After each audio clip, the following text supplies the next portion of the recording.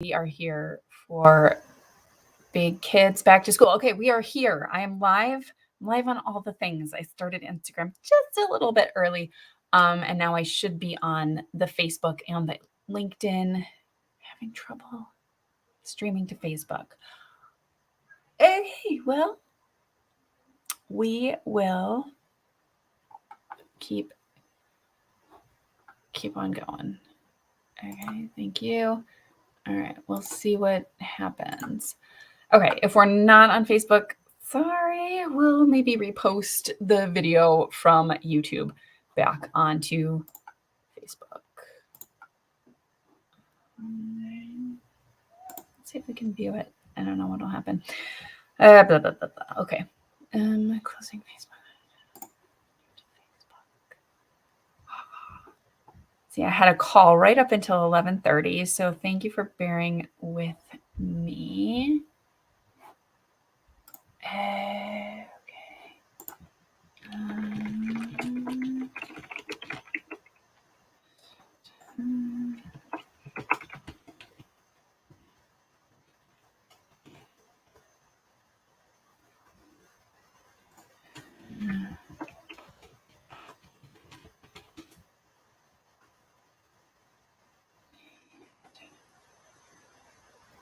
Last Friday. Okay, let's see.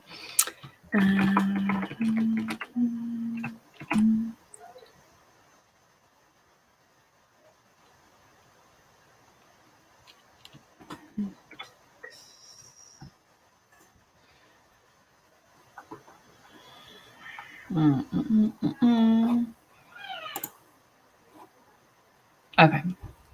We're all good on LinkedIn. Thank you, Peter. All right. You know what? I'm done figuring it out. We'll post to Facebook later. Sorry, Facebook. All right. So we are here for our Big Kids Back to School series. I am live. My kids are in the other room making noise, so enjoy that. This is episode 3. If you missed any of the episodes, go back to my socials and find them, or just shoot me an email and I will email them to you. I'll email you the links. I've got something planned for once we are all finished with the series, and I'm really excited about it. So stick with me and come back next week. We are going to get started. We're talking about stress and safety nets. So kicking big kids out of the nest. So this one is for the parents, but if my teen and young adult friends are listening, cool. Let me know if I'm way off base because I want to know. But I am talking to your parents today about, yes, kicking you out of the house and still being the safety net so that if and when any struggles come up, we are, we're okay to reach back out, touch base at home, and our parents, the parents, we will be there for you. So yes, I'm talking to parents today. We're going to talk because you're here because you want your kids to go out into the world and go crush it and be awesome. And you also still want to hold your babies close and protect them and make sure nothing bad ever happens to them. So we're going to talk about balancing that. The first piece of this is check yourself. We've talked about this before. I talk about this a lot. What are you doing to support your kids? Is it legit coaching, supporting, getting them to transition to making the decisions for themselves and doing the things? Or are you a little bit controlling, micromanaging, doing the things because if you leave it up to your kids, it won't get done? This is where you might need to actually start pulling back. Let them take ownership of their responsibilities and do the things that they need to do, and get the consequences of any mistakes or any missed opportunities or any of those things, provided it's not something life and death. Sometimes those missed opportunities or those mistakes are the best ways for your kiddos to learn. It's true. It is okay for them to fail, especially if they're still at home, especially if they're still with you, because there's always going to be a way to figure out how to come back, how to do the next right thing. Their choices, this is a reminder for you, their choices do not say anything about you or about your parenting unless you believe that they do. I'm going to say that again. Your children's choices don't say anything about you. No matter what somebody else might say or think or do, their choices are their choices. It is not a reflection of you. Good, bad, right, wrong. It's only a reflection of you if you believe it and if you carry that and if you internalize the weight of that. So try and check that and sort of take that. I have to be a certain way to do a certain thing, to have my kids do a certain thing because I want to be perceived in a certain way. Check those stories for yourself and see what that is. I want to move on. Let your kids know that going out into the world is scary. Their feelings, their fears are real, and it is okay to be afraid. Let them know also that they are not alone, that you've got them. You've got their back, and you will be there. Just not always in the role of manager, controller, cruise director that you may have been. So it is hard. And that is why I want to speak to parents and you young people as well about some of the signs, signals of stress, anxiety, overwhelm. Because being the safety net means being awake to this stuff. It is really, really easy to get stressed, to feel anxious, to get overwhelmed, feel under a lot of pressure, especially for young people who have had a pattern of achieving and striving and success in school or sports or things like that. The pressure they put on themselves can be really, really heavy. So here's a few signs to watch for. We're going to talk about physical, emotional, behavioral, and the cognitive signs of stress. These are all things commonly seen with stress. But parents, you know your kids. You know your sons and daughters. You know your children. You know what their normal looks like. So the number one thing to watch for signs and signals of stress, anxiety, depression, anything that could be kind of a red flag with them, anything out of the ordinary. If they've changed drastically in any area, investigate it. So physical symptoms can be things like their sleep patterns change, their appetite either increases or decreases drastically. They might have some weird aches or pains. They might get excessive illness, get sick all the time. They could have muscle tension. If you notice the body, like they're just up all or hunched around, or the aches and pains in the body from just overly tense muscles. Some emotional signs to look for. Again, mood swings, anything you notice that's a little bit out of the ordinary. If they are really, really confrontational, irritable, if they're crying, or the way they speak, the words they choose can be signals to some emotional distress. So listen for that. Behavioral, if they're isolating themselves, if they are procrastinating a lot more than they used to, if they're neglecting their responsibilities. Some of the behaviors are physical, like the nail biting and the like skin picking, or even hair pulling or pulling out eyelashes. Those are things that's some symptoms of anxiety or signals that there might be some anxiety there.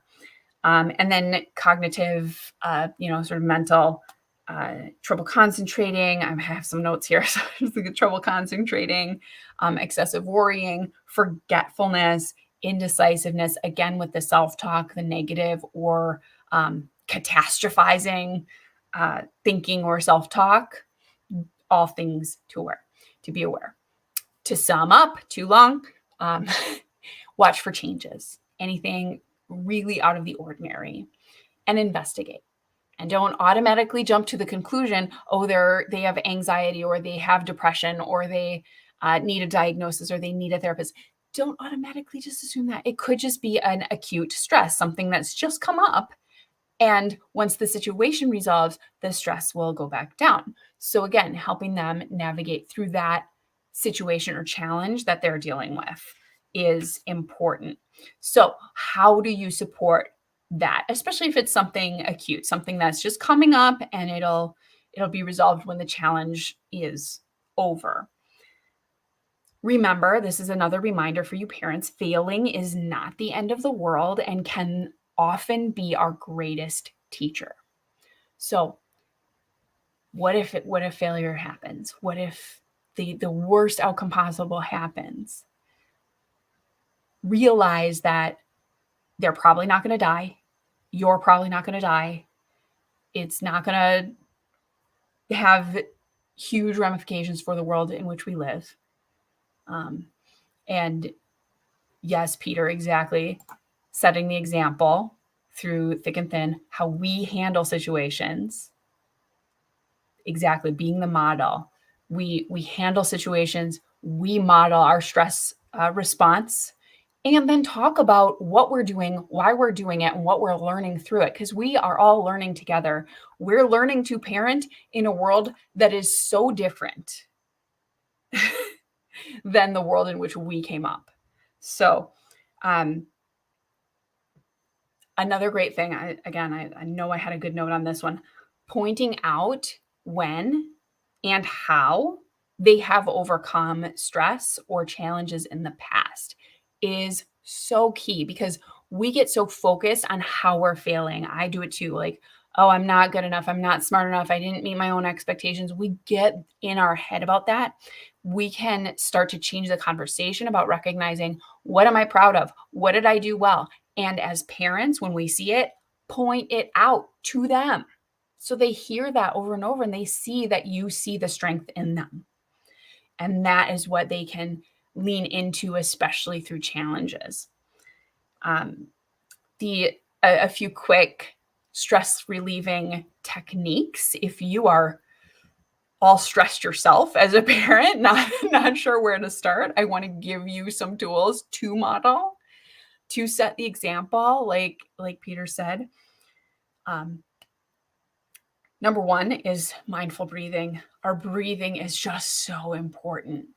When we can just tune everything out, focus on our breathing, it forces us to get present in the moment.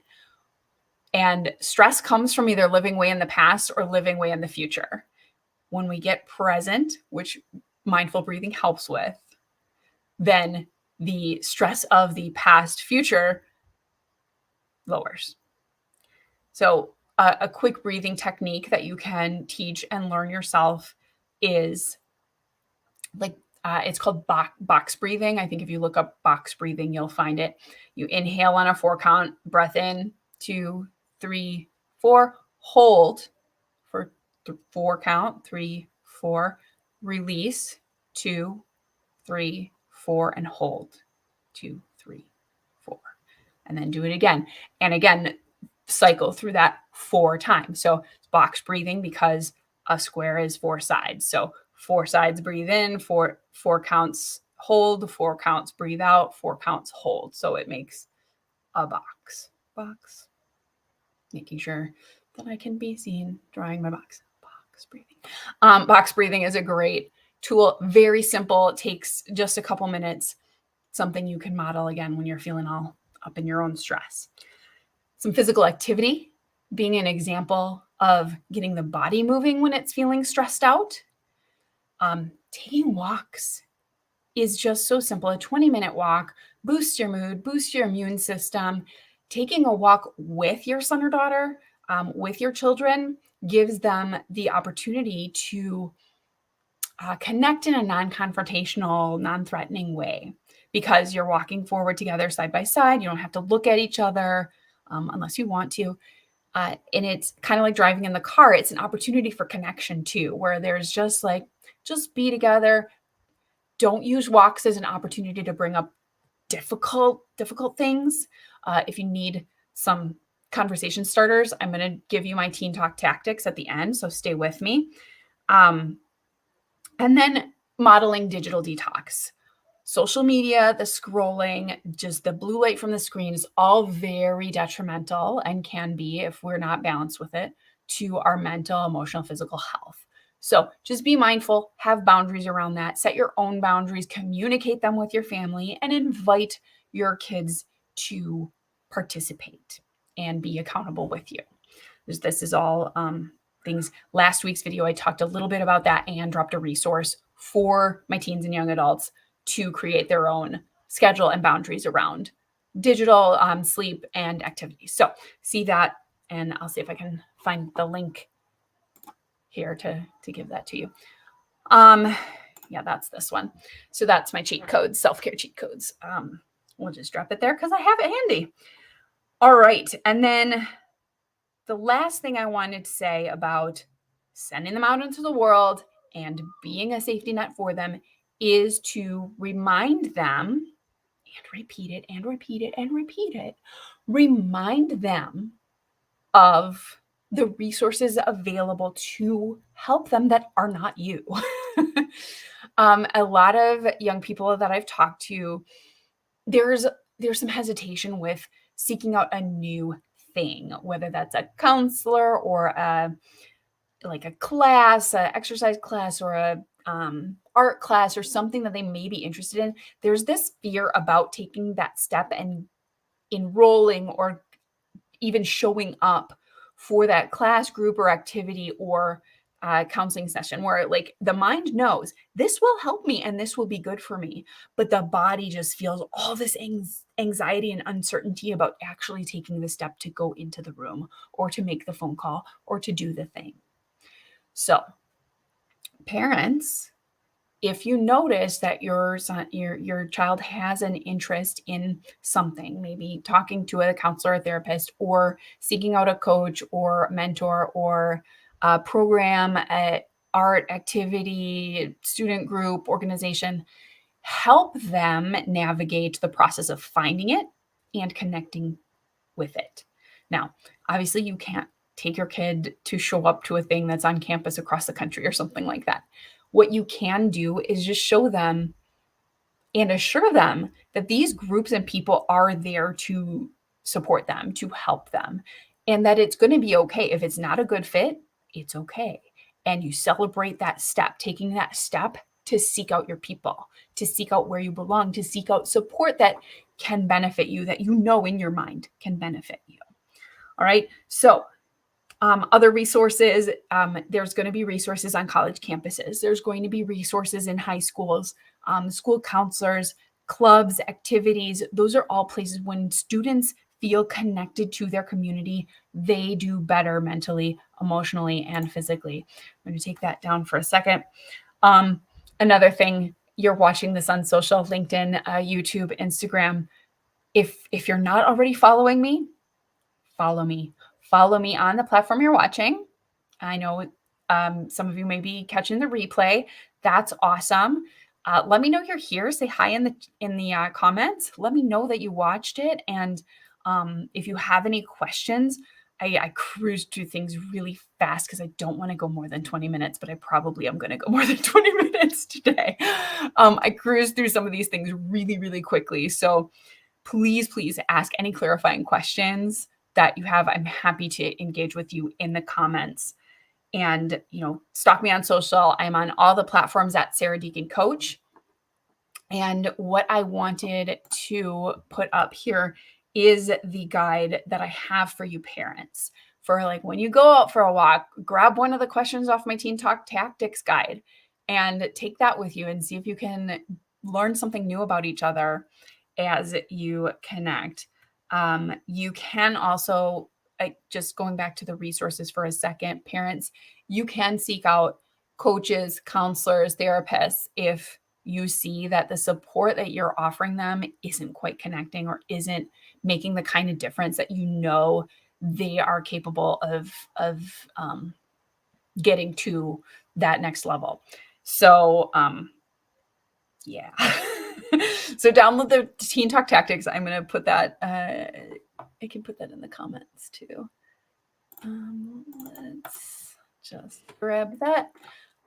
It's sarahdeacon.com/tactics for my Instagram people, because I know links don't work on Instagram. That's fine.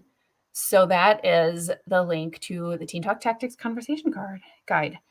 I'm going to just take 1 minute, maybe 1 minute to just summarize what we've talked about. If you're just joining us, I am wrapping up. Thank goodness. Stop talking, Sarah. It's okay. We've had enough.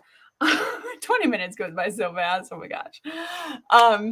I know we had a little technical difficulties at the beginning though, so maybe I wasn't talking for the full 20 minutes. Anyway, summary for you. If you're just joining us, we have covered how to give your kids some agency, take a step back, let them go and fail, and at the same time, setting clear expectations for how you're going to support them and how they can expect to be supported going into their adulthood, without micromanaging. Remember, be open to what they're experiencing.